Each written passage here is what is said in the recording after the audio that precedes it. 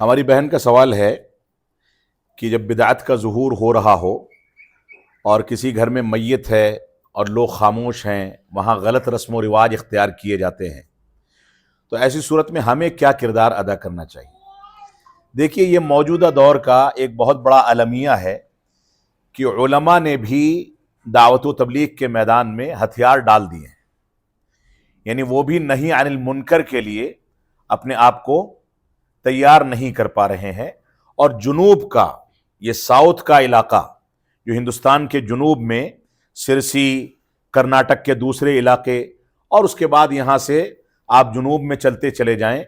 بدقسمتی سے یہ پورا علاقہ ماضی میں دعوت و تبلیغ کا ایک مرکز رہا ہے، لیکن اب اس علاقے میں دعوت و تبلیغ کے میدان میں تساہل کثرت کے ساتھ نظر آتا ہے۔ ہماری جماعت کے بھی بہت سارے علماء ہیں جو نہی عن المنکر کا فریضہ انجام نہیں دیتے، صرف فضائل پر گفتگو کرتے ہیں، صرف توحید کی بات کرتے ہیں، شرک کی بات نہیں کرتے، صرف اتباع رسول اور سنت کی بات کرتے ہیں، بدعات کی باتیں نہیں کرتے۔ تو ایسی صورتحال میں سب سے پہلے میں یہ اپیل اور گزارش کروں گا اپنے علماء سے کہ اس خواب خرگوش سے باہر آئیں، اس خواب غفلت سے باہر آئیں اور دعوت و تبلیغ کے فریضے میں بنیادی طور سے نہی عن المنکر کا فریضہ جو موجودہ پرفتن دور میں زیادہ اہمیت کا حامل ہے، اس پر اپنے آپ کو آمادہ کریں اور اس کے مطابق زندگی گزاریں۔ اب ہماری بہن کا جو سوال ہے وہ یہ ہے کہ جب لوگ اس پر خاموش ہیں اور جنازے میں یا کسی موقع سے رسم و رواج اختیار کیے جاتے ہیں، بدعات اختیار کی جاتی ہیں، تو ہم کیا کریں؟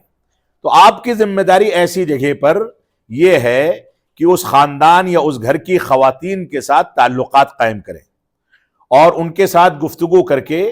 دلائل کی روشنی میں ان کو بتائیں کہ فلاں عمل میں نے جنازے کے موقع سے یا فلاں موقع سے دیکھا تھا،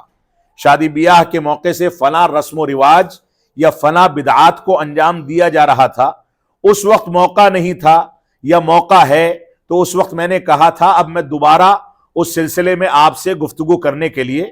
ہم حاضر ہوئے ہیں، لہذا اب آپ کی ذمہ داری ہے کہ آپ دین کی خاطر، رسول اکرم صلی اللہ علیہ وسلم سے محبت کی خاطر، دین اسلام کی بنیادوں کے خاطر آپ ان چیزوں کو اپنے خاندان کے مردوں کو سمجھا کر کے ختم کرنے کی کوشش کیجیے۔ تو آپ کا دائرہ دعوت یہاں پر اگرچہ محدود ہے لیکن بہت زیادہ اہمیت کا حامل ہے۔ آپ خواتین کے ساتھ بیٹھیں، ان کو اپنے گھر پر چاہیں تو بلائیں اور ان کے ساتھ اٹھ بیٹھ کر کے ان کی مہمان نوازی کریں، ان کے ساتھ مسائل ڈسکس کریں اور اس کے بعد ان کے سامنے واضح کریں کہ یہ چیزیں قرآن و سنت کے فلاں دلائل کے خلاف ہیں، لہذا ہمارے خاندانوں سے اس کو ختم ہونا چاہیے۔ یہ اسلوب اختیار کیا جائے گا۔ انفرادی طور پر دعوت و تبلیغ کے میدان میں ہم آگے بڑھیں گے تو انشاءاللہ خیر ہمارے سامنے آئے گی اور امید ہے کہ اس طرح کی چیزیں ختم ہوں گی اور اللہ رب العالمین ہمارا معاون اور ناصر و حامی ہوگا۔